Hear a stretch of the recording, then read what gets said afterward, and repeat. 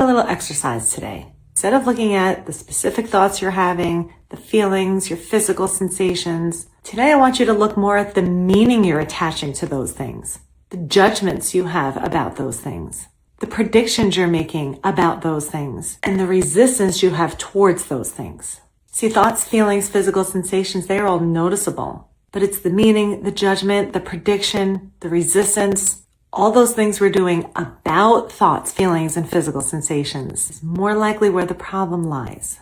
I had a thought, what does that mean? I feel a certain way. I shouldn't feel that feeling. Oh, last time my body did this happened. That means next time it does this, it's gonna do the same thing. That's the stuff we change. How about a little exercise today? Instead of looking at the there's something that happens in the process of recovery that's I can't believe I have a sign of progress, but it scares the shit out of a lot of people. I can't believe I haven't made this video yet. There's something that happens in the process of recovery that's a sign of progress, but it scares the shit out of a lot of people, especially when it comes to intrusive thoughts. Let me explain. If something becomes identified as danger, it's important to keep a careful eye on that thing, right? You want to notice it all the time. So what our brain does, along with our nervous system, it takes this thing that's the identified danger and brings it up front and center to the forefront of our awareness because it's really important. And fear shows up to help seal it there. Okay, fear is kind of like a hook that keeps this thing present, locked in the front so that you can clearly see it and keep doing stuff about it. The way this part of us gets the message that you are no longer in danger is when you stop the doing. What happens is sort of a two-step process. Not something you do, but something that happens. So these two things are sealed together. First thing that happens is fear sort of unlatches itself from the thing. This thing is still front and center, but it doesn't compare with this strong physical reaction. It doesn't compare with fear. Before it might have been dizzy and scared, and now it's just dizzy, constant chronic dizzy, or whatever. Replace the sensation with a thought, a feeling, anything else.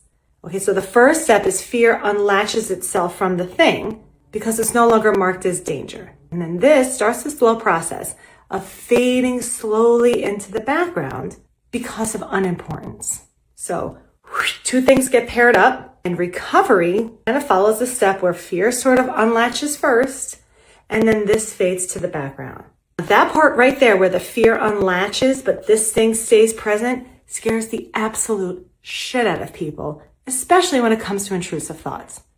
Why? Because of the way we attach meaning to this process. I've heard this so many times, and it's always the same sort of story. Well, I should be scared of that. That's a terrible thought. I don't want that to happen. Normal people get scared of those things. Makes sense that I should be scared. I should have a really awful feeling paired up with this thought. What happens is when fear sort of detaches itself from that thought and you're left with just the thought, that feels scary in and of itself. Weird, right? It feels scary to not feel scared. But it's because oftentimes the meaning that's attached there is, oh my gosh, that thought doesn't scare me anymore. Does that mean I want that thing to happen? Does that mean that's gonna happen? Oh, fear was keeping me from doing this terrible thing. And now that I'm not scared, there's nothing to stop me from acting on that thought. And if you're stuck there or you have been stuck there, I just want to normalize that for you. You're misinterpreting progress as danger. Zoomed up is importance, and the fear hook is danger. Fear unhooks first and allows this to fade to the background. I can't believe I haven't made this video yet.